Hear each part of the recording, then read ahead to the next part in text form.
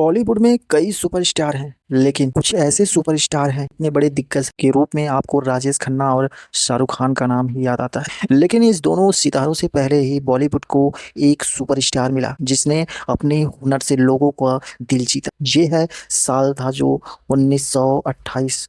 एक हट्टा कट्टा नौजवान बॉम्बे फिल्म कंपनी के शीर्ष बॉस के दफ्तर में घुसा गया।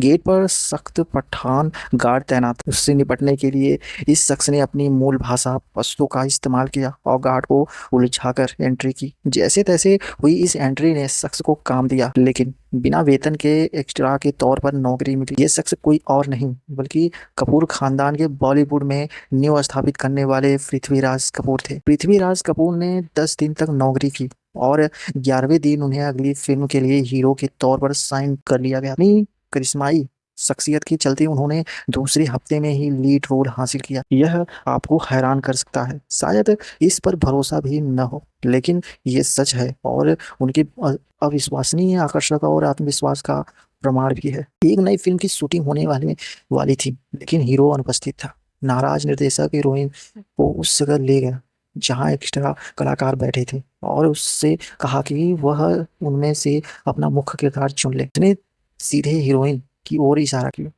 इस तरह पृथ्वीराज कपूर ने थिएटर, मंच, बड़ी स्क्रीन और निजी जीवन में एक बेहतरीन कलाकार के रूप में अपनी उल्लेखनीय यात्रा शुरू की और हिंदी फिल्म उद्योग के पहले परिवार के जनक बन गए थे। ये परिवार आज भी अपनी चौथी पीढ़ी के साथ फल फूल रहा है। इस परिवार ने कई दिग्गज एक्टर दिए। वैसे पृथ्वीराज एकमात्र भारतीय अभिनेता है जो एक परिवार की 3 पीढ़ियों को लेकर 2 फिल्मों में दिखाई दिए थे। आवारा में उन्होंने पिता बसेश्वर नाथ कपूर और बेटे राज कपूर और शशि कपूर साथ नजर आए।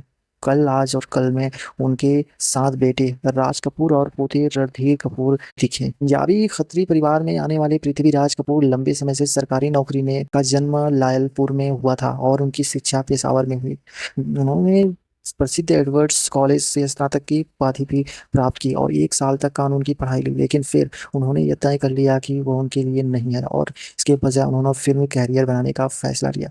वे 1928 में अपने पिता की बहन से पैसे उधार लेकर बॉम्बे आए और जल्द ही मूल जो युग के एक प्रमुख अभिनेता बन गए। साल 1931 में पहली भारतीय बोलती फिल्म आलम आरा में भी उन्होंने अभिनय किया था। थिएटर में भी जिनकी प्रतिभा का प्रदर्शन देखने को मिला। थिएटर एक्ट पठान और साइकॉन के सबसे दमदार किरदारों में से दिखाया गया है। वहीं सोहराब मोदी की सिकंदर तो आपको याद ही होगी।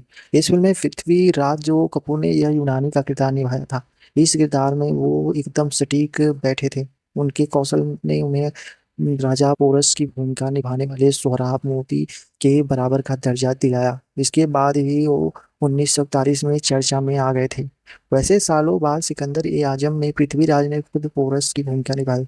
वैसे तो पृथ्वीराज कपूर को 1960 की क्लासिक फिल्म मुगल ए आजम में बादशाह अकबर की भूमिका के लिए सबसे ज्यादा जाना जाता है, लेकिन उन्होंने कई अन्य राजाओं की भूमिकाओं भी निभाई थी, चाहे वो ऐतिहासिक हो या पौराणिक। उन्होंने भगवान राम की भूमिका 2 बार निभाई। इसके अलावा वो राजा दशरथ और रावण की भी भूमिका में नजर आए। अर्जुन और कर्ण दोनों की भी भूमिका में भी थे।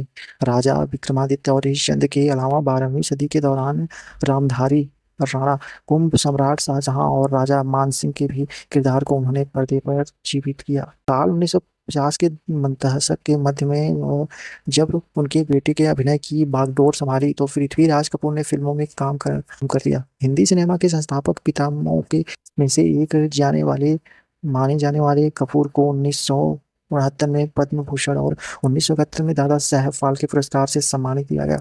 उन्होंने 1952 से 1960 तक राज्यसभा के लिए नाम किया गया था। 1972 में पृथ्वीराज कपूर की कैंसर से मृत्यु हो गई। अब रणबीर कपूर और करीना कपूर उनकी विरासत को आगे बढ़ा रहे हैं। तो ये कैसा लगा बॉलीवुड से लेकर वीडियो? अगर आप नए हैं तो मेरे चैनल को आप सब्सक्राइब कर शेयर ज़्यादा से ज़्यादा अपने दोस्तों के साथ करें। हमारे नए वीडियो नए नोटिफिकेशन के लिए हमारे बेल आइकन को आप जरूर दबाएं। मिलते हैं फिर से एक नए वीडियो में।